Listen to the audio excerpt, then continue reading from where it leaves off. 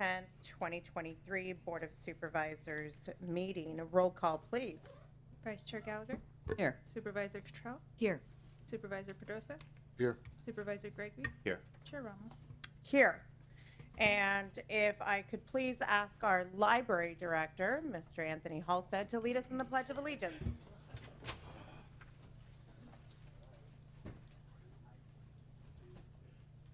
Pledge allegiance to the flag of the United States of America and to the republic for which it stands, one nation, under God, indivisible, with liberty and justice for all.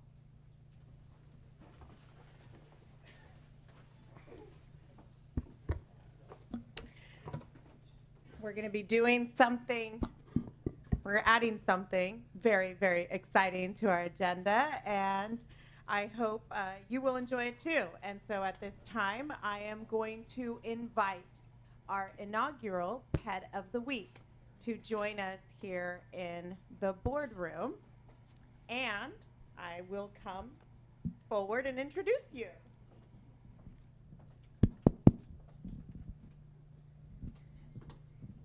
This is our special guest, and this is Ralph. Hi, Ralph. Let's go inside. Hi, Ralph. What a good boy. Ralph is one of our adoptables at the Napa County Shelter, and we have our manager here of the shelter, Katie, to talk a little bit more about Ralph. And Ralph has a sister, and his sister's name is Lauren. Get it? Ralph Lauren. And he is an absolute sweetheart, and he is ready to adopt. And I'm going to turn it over to Katie to share a little bit more about Ralph. Thank you so much. So Ralph came to us as a stray running at large in Napa city limits.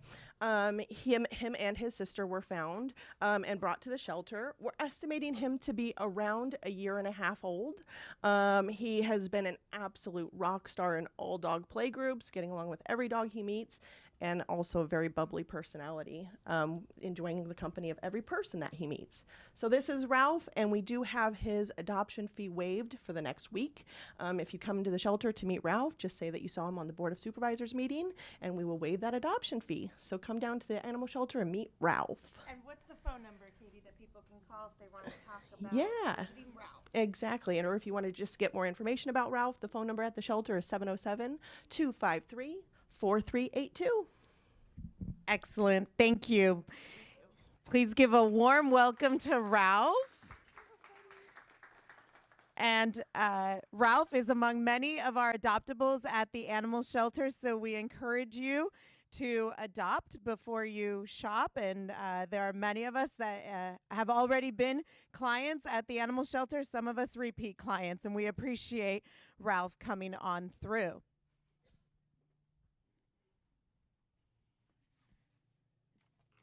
Next, we will move on to our proclamations.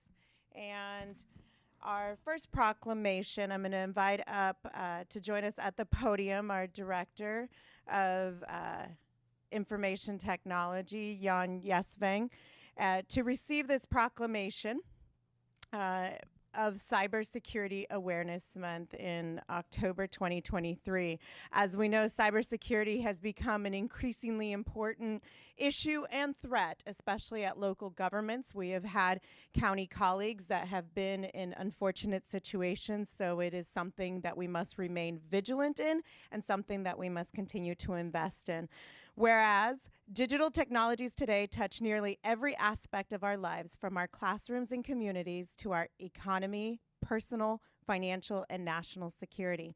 And whereas Napa County recognizes that it has a vital role in identifying, protecting its citizens from, and responding to cybersecurity threats that may have significant impact to our individual and collective security and privacy. And whereas the Stop, Think, Connect campaign serves as the national cybersecurity public awareness campaign implemented through a coalition of private companies, nonprofit, governmental organizations, and academic institutions working together to increase the public's understanding of cyber threats and empowering Americans to be safer and more secure online. Now, therefore, be it proclaimed that this Board of Supervisors, County of Napa, on this 10th day of October 2023, does hereby recognize October 2023 as Cyber Awareness Month in Napa County. And in doing so, we encourage all members of the community, citizens, to learn about cybersecurity and put that knowledge into practice in their homes, school, workplaces, and businesses. Thank you, Jan, for being with us to receive this proclamation. Thank you so much, Chair Ramos and members of the board. Cybersecurity is utmost to the Information Technologies Division, and we work hard in not only protecting our internal environment, but also our external environments in the cloud. And this is just another way to recognize that. However, it's not just those type of protections, it's also awareness, and this proclamation really helps with that.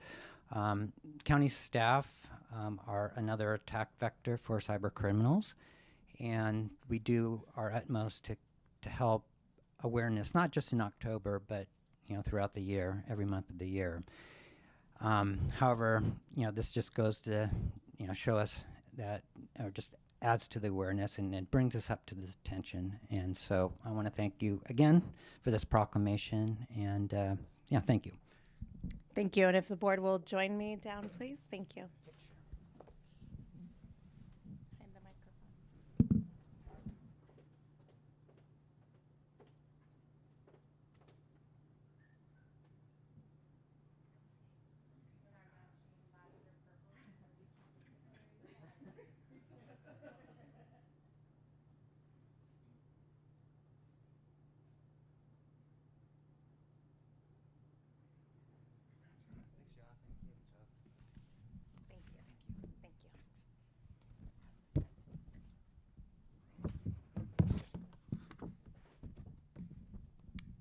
Our next proclamation, we have representatives from News to receive. Excellent. I'll invite you up to the podium over there. I'll join you over there in a minute. And I wanted to, if you are not aware of the work that News does in our community, it is one of the strongest and quiet partners that we have in domestic violence prevention and support services. And we want to thank News for their presence in our community, for their dedication over the years. And I'm going to read a few recitals, present the proclamation, and have you join the board. Whereas News, Domestic Violence and Sexual Abuse Services, is commemorating 42 years of service to survivors of domestic violence in Napa County, having opened the first confidential safe house on October 5th, 1981, and began providing safety to those escaping abuse. Whereas every year since 1989, the United States Congress has proclaimed October as Domestic Violence Awareness Month, renewing our country's commitment to standing against domestic violence and meeting the needs of survivors. Whereas by observing October as Domestic Violence Awareness Month, we show that our community is committed to supporting survivors and working toward the prevention of domestic violence among future generations. Whereas in fiscal year 22-23, News provided services to nearly 1,800 of our Napa County community members, including 24-hour response assistance with protective orders, safety and shelter, permanent housing, financial aid, support groups, children's services for issues related to violence in the home. And now, therefore, be it proclaimed that this Board of Supervisors, County of Napa, State of California, on this 10th day of October, does hereby recognize October 2023 as Domestic Violence Awareness Month in Napa County, and in doing so, we encourage all members of the community to honor domestic violence survivors and those who serve them during this month and throughout the year. And I want to, we will be presenting this proclamation to News, and I want to thank you and recognize you for being here and invite you to say a few words. Thank you, Belia. My name is Christina Gomez. I'm actually one of the program managers at News, and as you heard Belia say, we served 1,800 members of the community in the last fiscal year, and it was actually our same numbers from the previous year too. only our advocates provided about 20% more services to our community. You know, it's something that affects so many people in the community, and I think that raising awareness like this and us being able to continue providing services, you know, we've done it for 42 years already, and I hope that we're here for 42 more years and beyond, because just the difference we see day in and day out with the people that we serve really makes a difference, and we're just proud to be here, and we thank you, our board, for the recognition of this month. Thank you, and I'll now invite the board down for the presentation of the I proclamation. actually also, Belia, I have our annual report with us, and I would love to have you guys have Absolutely. a copy of it. Absolutely. It has a little bit of our highlights from the year. Excellent. Yeah. Bring it forward. Thank you.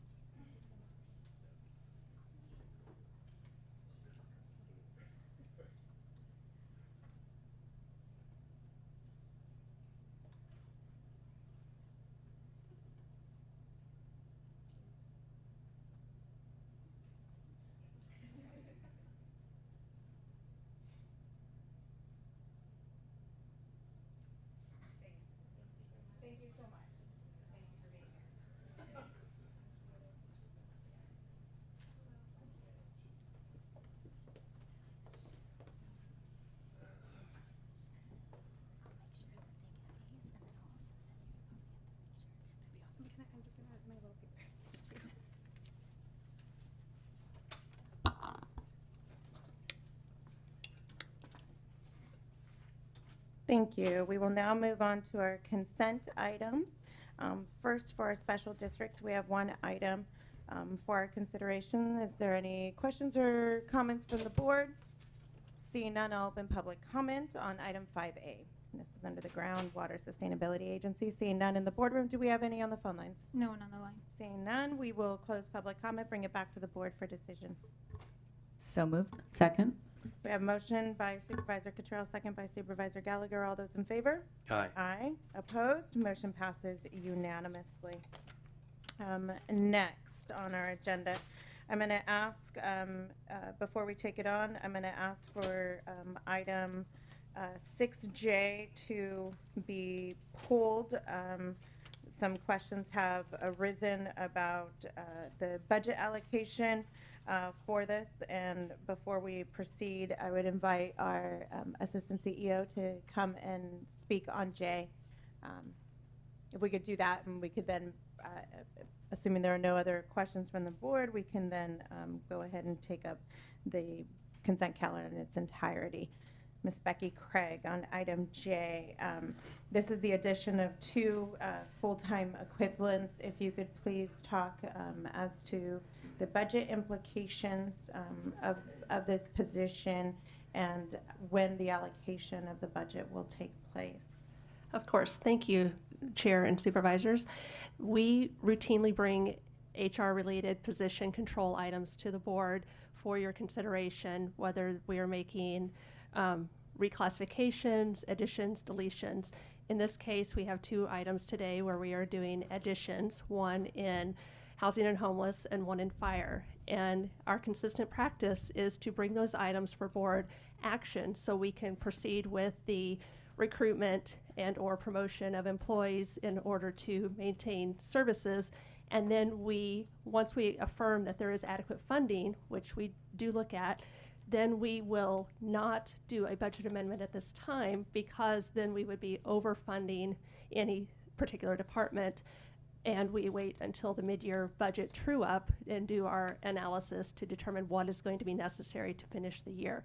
So that has been our consistent practice, is to ensure that there's adequate funding for the positions and then to address those as a comprehensive action at mid-year. And that is what we have done with these 2 items for today.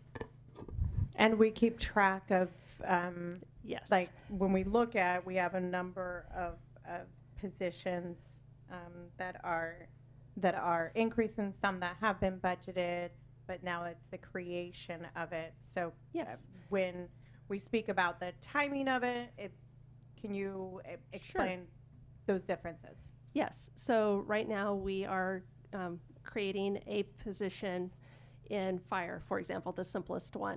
The item is going to then be posted and recruited and filled, and then we don't know what step that person will come in on our grade and step plan. So trying to budget it now, we would have to assume the worst case. So we would bring forward a filling as close to the time of posting and estimate a high pay raise and a high benefits package, knowing that likely isn't going to be the case, but we don't know any better information at this time. So then instead, our practice has been to fill the position and then at mid-year determine if any additional funding is needed.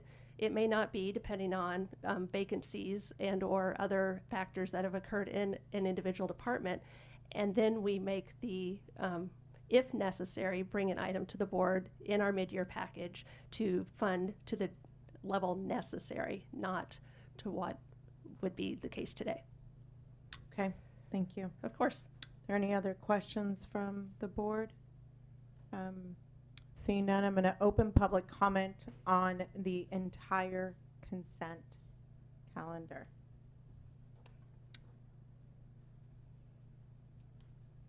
That takes us 6A through T. Seeing none in the boardroom, I'll move to the phone lines. Seeing none on the phone lines, I'll close public comment and I'll bring it back to the board for discussion and decision. So moved. We have a motion by Supervisor Cottrell, second by Supervisor Pedrosa. All those in favor? Aye. Opposed? Motion passes unanimously. Next, we'll move on to public comment. Public comment is for matters not listed on the agenda but within the jurisdiction of the Board of Supervisors and the special districts. I would invite public comment here in the boardroom first, and each speaker is allotted 3 minutes.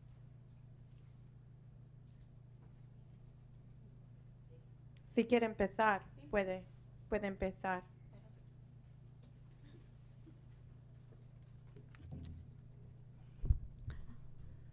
Hola, buenos días. Mi nombre Buenos es días. Verónica Hernández. Llevo alrededor de 6 años trabajando para el programa del IHSS. Yo soy una cuidadora, cuido de mi hija Leslie Barrera, que ya tiene necesidades especiales.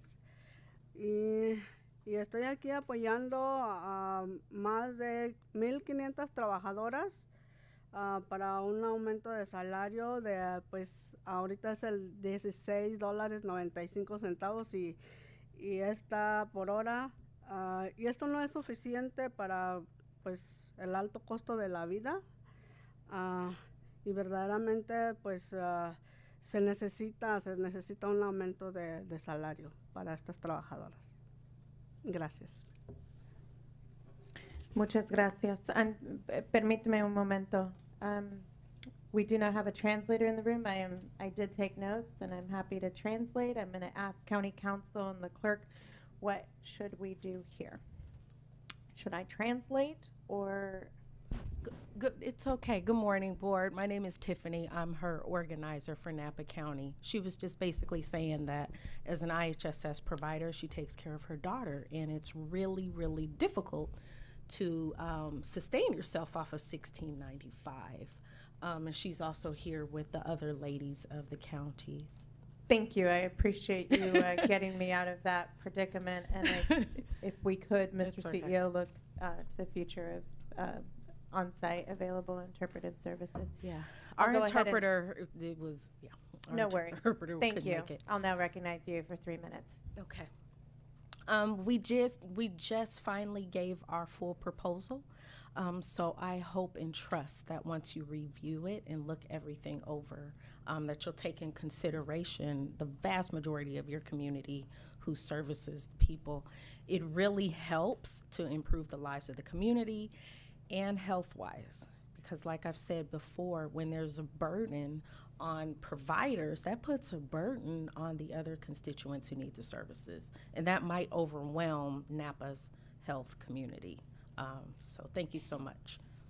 Thank you. Next speaker. Okay. No, señora Trujillo, ¿no gusta hablar? No, pues casi traigo lo mismo, ¿verdad? Es lo mismo, Si, entonces. si gusta está bien. hablar, ¿Sí? puede hablar. Sí. Pues sí, también yo estoy acá en representación de las 1,500 personas que necesitamos, ¿verdad? Un aumento de salario por el costo de la vida, ¿verdad? Y hay personas que tienen una nada de horas y pues necesitan más, ¿verdad? Más que otras, y es la petición y la razón que estamos aquí presentes, y nada más, pues les doy las gracias por escucharnos. Gracias. Any other speakers for public comment?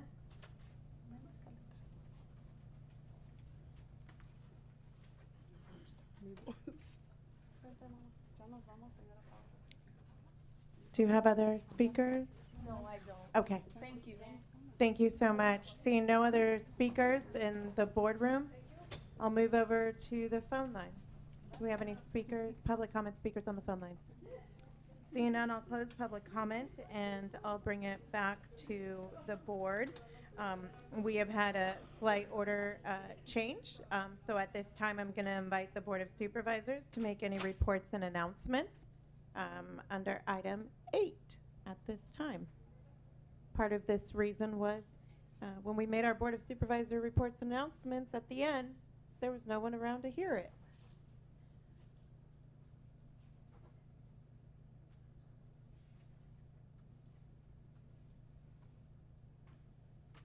We'll start with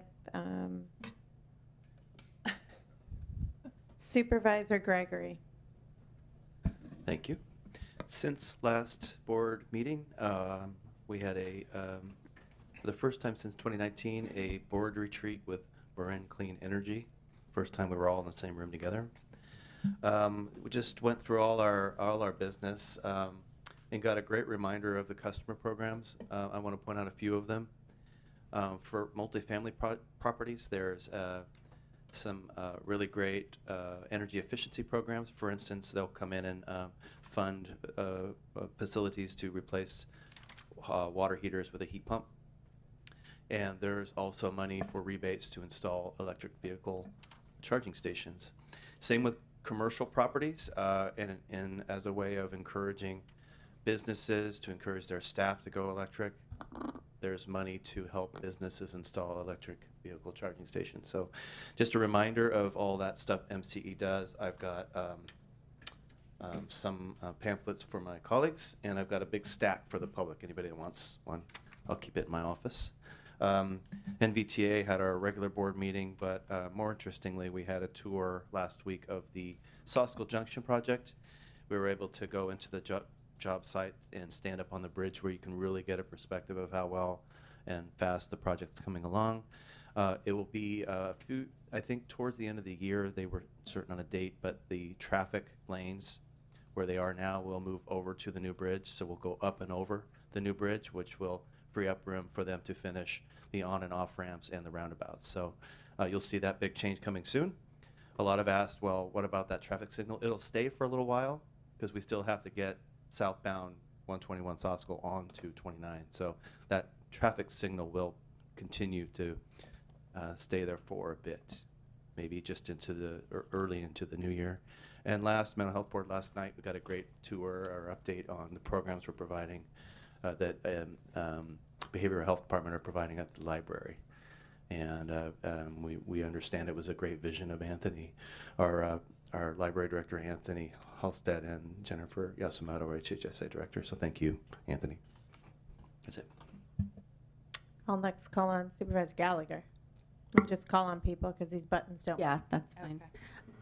Thank you. I think I did most committee reports last time. So I just wanted to pick up on the issue of translation. I know we're kind of doing quote unquote future agenda items right now too, because we don't have that on the agenda anymore. So just wanted to say that we are working on a language access plan, and we do have that committee. I think I reported on that last time, but I do think maybe we should discuss some stopgap measures so that we make sure we do have translation in the room, you know, until we get really our plan in place. So whatever we can do to have a little, you know, sidebar conversation and see what we can do to push that forward. We can all work on that together.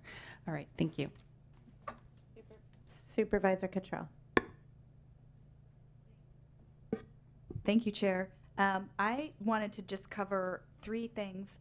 We had an emergency communications meeting in Angwin 2 weeks ago.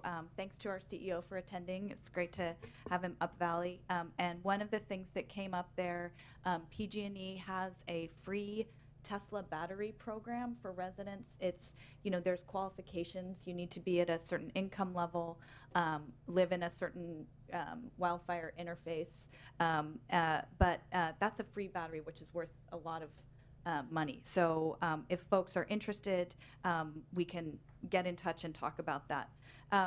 And then also, I just wanted to flag, in our recent consent calendar, we had the item on repairing the bridge at Childs Pope Valley, and we're working on putting together a community meeting to help the growers and vintners and residents in that area deal with that when that comes forward in 2024. And then the final thing, I just wanted to give a shout out to Napa County Library staff who participated in the Yountville Parade, and Anthony Halstead, who Supervisor Gregory just mentioned. It was a Cat in the Hat theme, and the guy put on the biggest yellow mustache I've ever seen. So that was impressive, and thank you for that. Oh, and pumpkins are going to be available at the Pope Valley Farm Center on October 22nd. So make a trip out there. It's beautiful right now. Supervisor Pedrosa.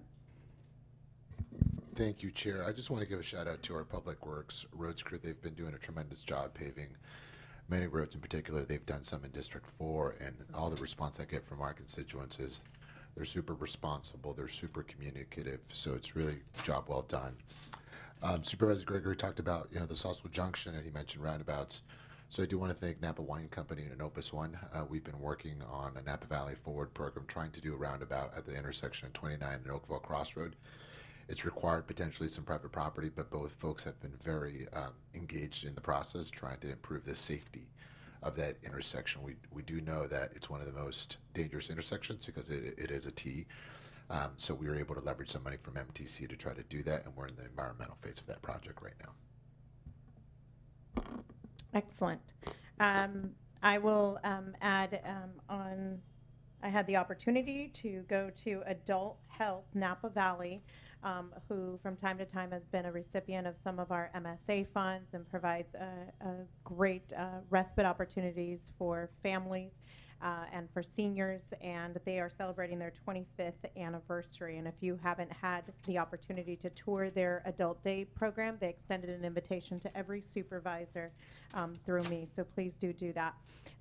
What I will say, quiet week, the first week of the month is quiet for me, except for one really exciting opportunity that I had to meet and speak with Mark Jarr, who is the former president of New York City Housing Development Corporation, to understand how not only can we take the $10 to $20 billion BAFA, that's the ABAG MTC housing bonding measure, but to actually turn it into more money. And I have never learned so much about banking in the housing sphere as I did in those 90 minutes. Some of the most exciting information coming for how we can make this housing bonding measure work for us, and exciting to know that from a return to source of 80% coming back to Napa County, we're looking to the tune of $176 million. But what I heard on Friday was it's going to be $176 million plus if we make this money work for us. So that was incredibly exciting, and I look forward to continuing those conversations. At this time, we have no pulled items for consent, and we have no administrative items for special districts. I will invite the Deputy County Fire Chief to provide us information regarding measures taken to prepare for the current fire season, which I'm sure you ordered up this special weather for us to calm everybody's nerves. Chief Martin. Good morning, Chair Ramos. Thank you very much. Board members, good morning to everybody. My name is Jason Martin, the Deputy Fire Chief for Napa County Fire Department. And again, thank you for allowing me to come up and kind of highlight what we have done this year. So I'm kind of do a little bit different type of presentation today. I have some things we're going to reflect back on.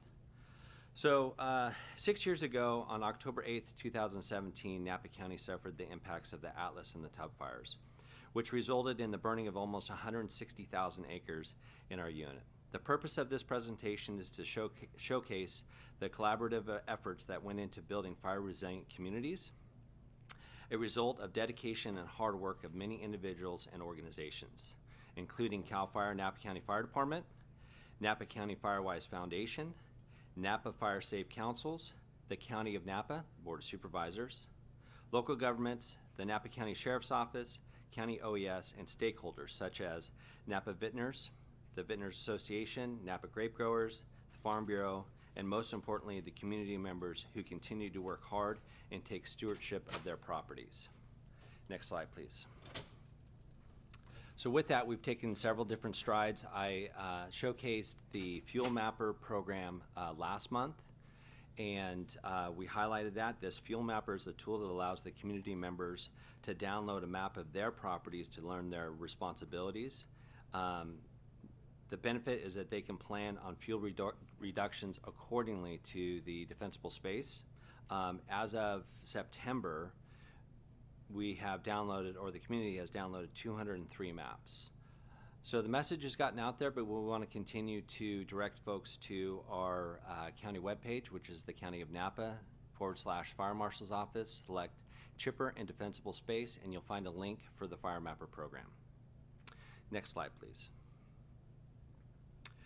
We continue our application of the chipping services, which will extend through the end of the month. Now we come into the wet season, it starts to get pretty difficult, and yes, we ordered early wet season this year. So we are going to extend that probably for another week or so. But to date, we've completed 1,041 chipping requests and have chipped over a total of 73,071 cubic yards.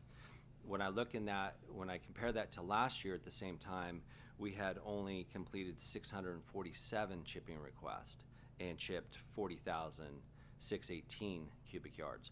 What this is an indication is we still have the engagement of the community to take advantage of these services, to continue that work as we highlighted in the intro, to provide fire resiliency on their property or good stewardship and increase our defensible space. Next slide, please. So building fire resilient communities takes education. We continue inspecting properties, and for those who have completed or have complied with our Muni Code and our compliance requirements, they receive a compliance certificate, which is two things. You know, one, it lets the homeowner know that they've done the appropriate level of work, and also if asked by their insurance companies or somebody wondering if they have reduced the risk, this provides them that avenue. The picture is a property owner who has received a compliance certificate in Berryessa. Next slide, please. So we spoke a little bit about defensible space inspections, again, getting folks out into our communities to inspect properties and provide education. So this year we've completed 3,510 defensible space inspections. If we can compare this to last year at the same time, we completed 2,388 properties. This is the most we've ever done in Napa, so we continue to increase the numbers, and thanks to the assistance that we've received by bringing on seasonal defensible space inspectors and looking to continue the staffing levels if we can, and we can find the appropriate level of folks to do that. Next slide, please. Okay, here's the big one. So we continue to chip away at the fuel reduction projects and treating highly combustible fuels in Napa County with our partners from the Napa Community Firewise Foundation. At the end of 2020, we had treated 287 acres, where so far this year we've treated 566 acres. In 2022, we treated 65 roadside clearing miles, where this year we've treated 110 roadside miles. In 2020, we didn't have any grazing projects, so this year we've grazed 300 acres with a projected of 566 acres once completed. And in 2022, we implemented 8.5 dozer miles of dozer lines that we improved, and this year we're at 43.2 miles with a projection of 110 miles in completion. The picture above is the Partridge Road roadside clearing project that is meant to increase the egress of the community members and ingress of first responders. This area was impacted by the Partridge fire in 2017. Next slide, please. This is highlighting the Silverado Highlands goat grazing project. There is approximately 95 acres in this project that's meant to reduce the annual grasses surrounding the Silverado Highlands community. This project also benefits with the protection of Napa City water infrastructure. And in 2022, the CAL FIRE Davis Fuels crew assisted with the clearing of the dead and down trees and bushes and burned all the piles, which we saw last winter. Next slide, please. Okay, so of course we continue to train. Not only are we dedicated to wildland fire suppression, but we also have our municipal side that we have to answer the calls of 911, so we continue to train each day. Illustrated here is the aerial picking evolution, which allows us to utilize our aerial device to put a patient that may be on an elevated platform such as a roof structure, or we've done this during construction when somebody has been injured. So it takes a lot of training in order to coordinate this and ensure that it happens safely. Recently we assisted Napa City with a structure fire in their response area while doing a primary search, and that's when one hose line goes in and then another crew comes in without a hose line and searches the building to ensure it's not occupied. During that search, our Napa County Engine 27 found an unresponsive dog in a bedroom, immediately took the dog outside together with Napa City and was able to deploy the FIDO bag, which is a special device to administer oxygen to our four-legged friends. And we are very happy to report that the dog was brought back to life and joined back up with their owner. Also during a training hike, engine 1466, which operates out of Napa Station 25, came across a deer that was entangled in a fence. They also were able to remove that deer from the fence, and it went on its happy days.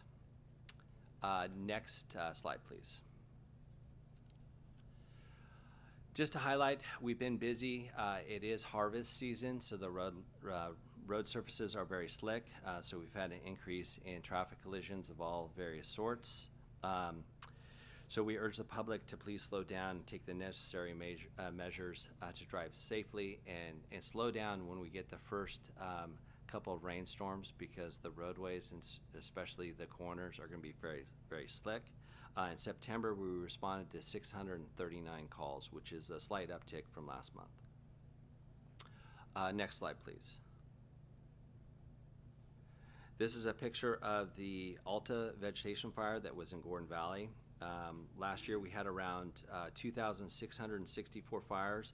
This is in the northern state that burned 33,607 acres. This year,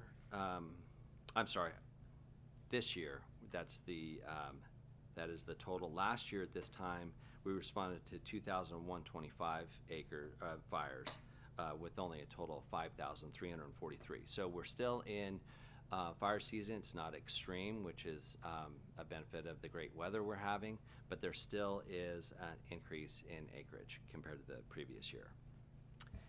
And then next slide, please. So events. This past month, we continued our educational efforts around the community. We attended the Calistoga Fire Safe Council meeting with Supervisor Cottrell that was hosted by the Charles Krug Winery. We also attended, as mentioned earlier, the Emergency Communications Community Meeting hosted up in England, the PUC, with Supervisor Cottrell.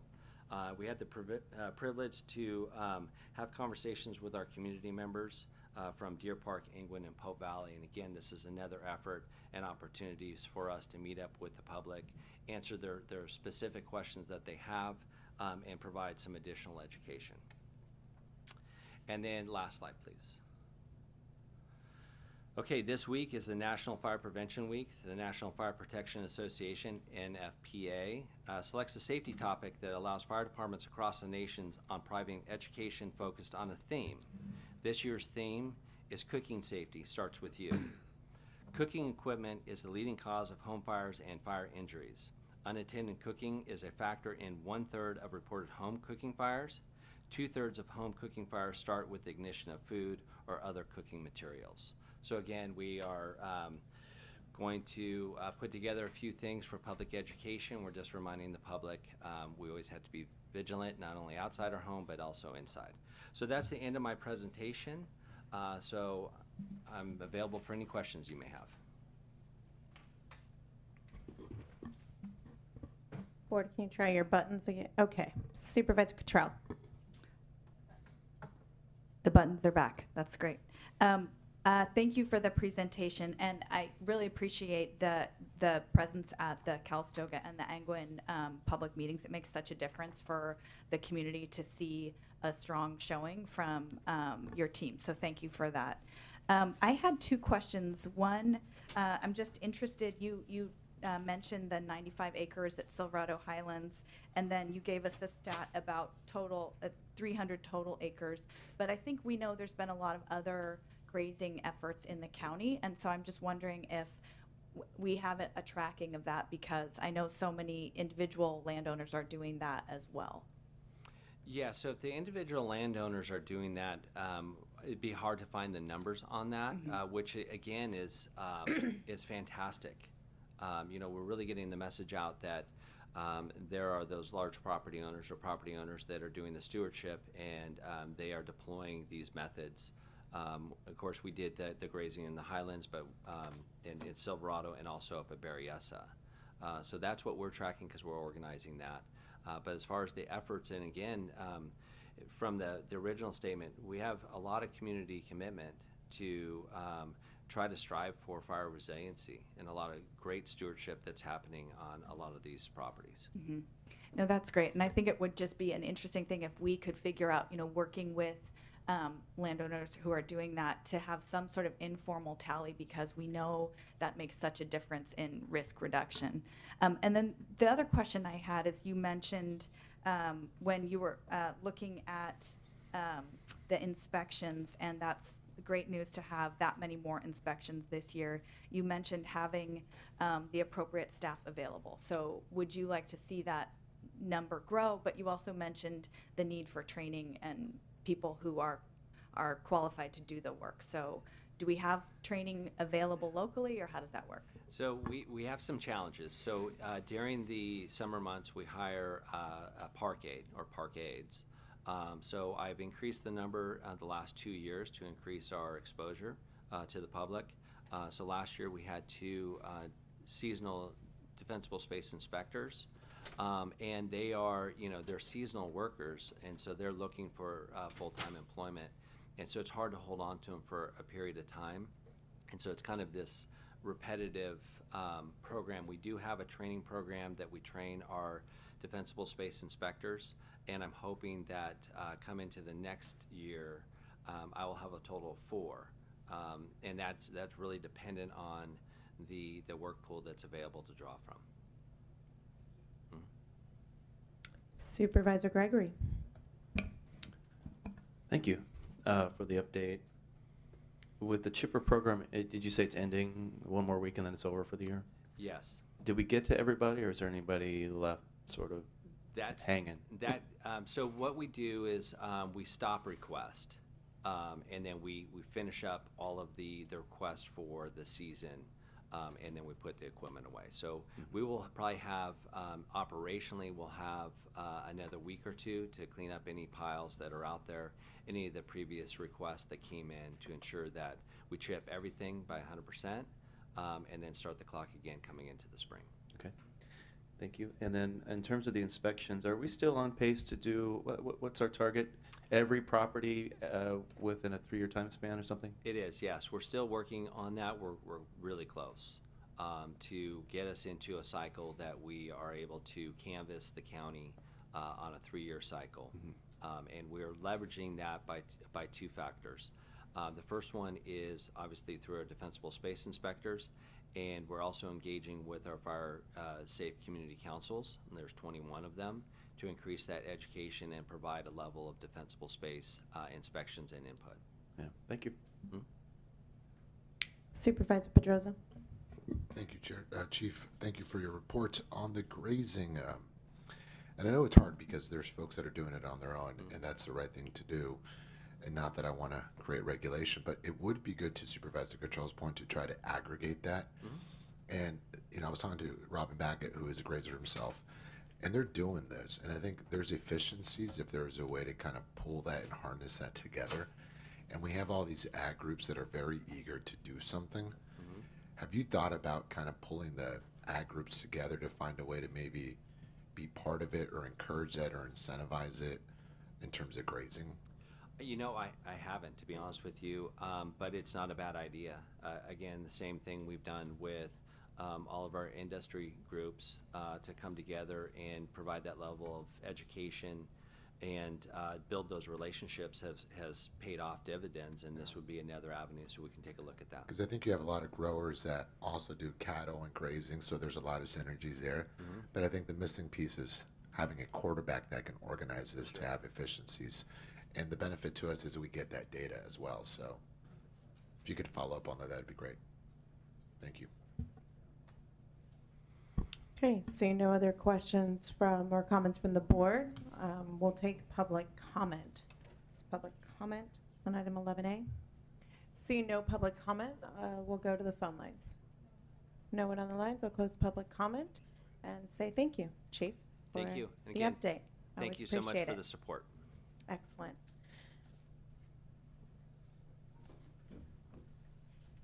Next up, at this time, we will have a public hearing under item 13A.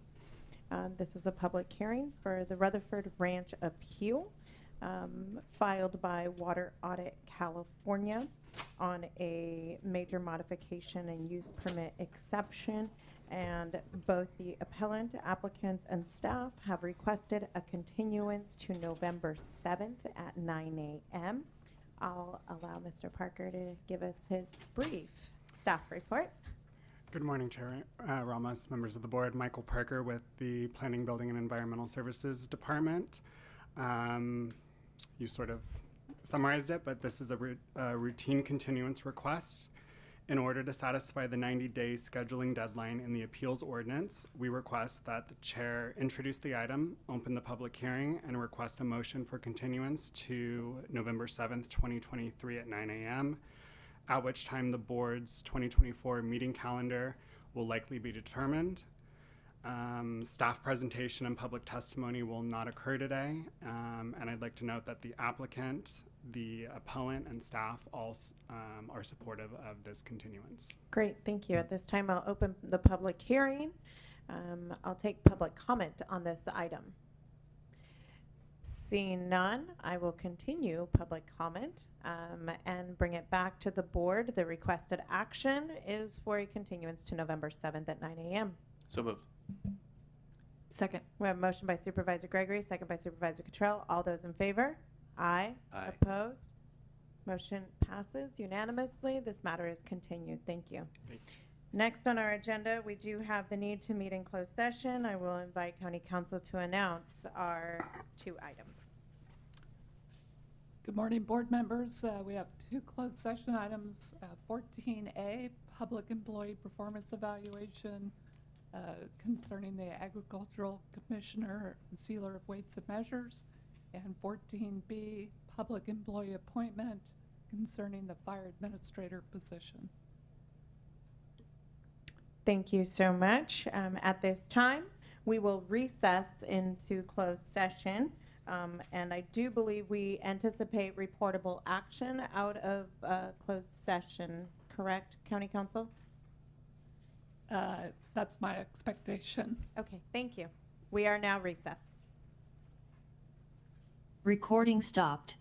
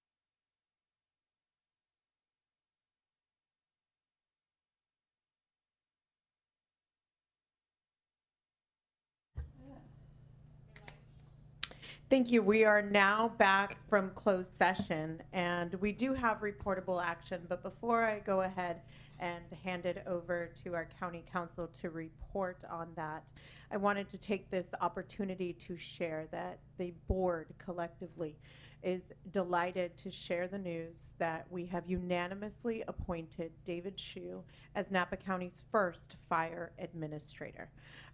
His salary will start at a step 3 for the job classification that this board previously did include in our budget last year, and will have the benefits applicable through County Policy 37C. I must say, on a personal note, we are incredibly excited to be able to embark on this new position to work collaboratively with CAL FIRE, our county fire department, to be able to really realize the impacts that our recent awarding of the BRIC grant brings to Napa County. We're going to be tapping into Mr. Shue's exceptional track record. He is not a stranger to Napa County. He previously had a 32-year career with CAL FIRE, which included time as the Napa County Fire Marshal, a Napa County Battalion Chief, Special Operations Chief, and the South Division Operations Chief, as well as an Administrative Division Chief. He's done time both here in Napa County and in Sacramento with CAL FIRE. His extensive career has brought him back to us here to be able to tap into his experience on the CAL FIRE operational side, where he was the Director's Outstanding Achievement Award recipient in 2014 and 15, and a Medal of Valor recipient awarded by Governor Arnold Schwarzenegger in 2007. But his post I would say failed retirement career has also given us the opportunity to realize some state-of-the-art impactful changes that are happening on the policy side of fire prevention, and we are so excited to be able to welcome Mr. Shue to the team as our new fire administrator effective October 30th. And I'm going to hand it over to my colleague, Supervisor Gregory, to share a few words before we formally introduce Mr. Shue. Thank you. Thanks for the opportunity, and welcome, Mr. Shue. This is a brand new position, and it's going to take the right person to come in and build this position into what it needs to be now and for future generations. And I believe, Dave, with your experience, you are the perfect fit to come in and help us set up this position and the new department for success. So thank you very much. At this time, Mr. Shue, I would invite you to the podium to say a few words, and again, welcome to the County of Napa.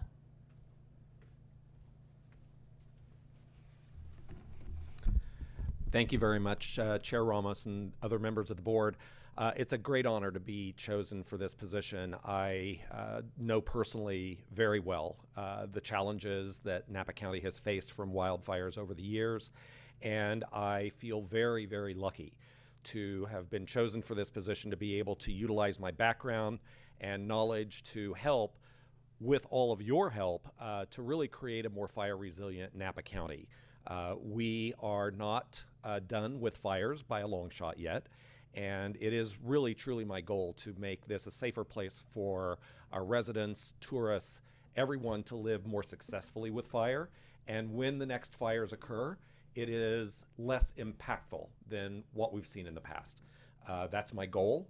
I want people to feel empowered to do the work that we will share with them, and collectively as a county, we can all provide a much safer environment for people to live in and move through these trying times with wildfire getting worse.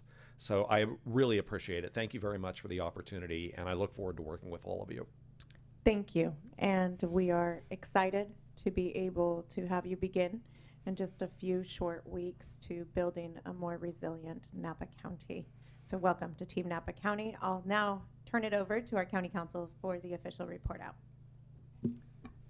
Thank you, Chair Ramos. The board met today in closed session under Agenda Item 14A, Public Employee Performance Evaluation concerning the Agricultural Commissioner Sealer of Weights and Measures. There's no reportable action, And then, as the chair reported out today, item 14B, public employee appointment.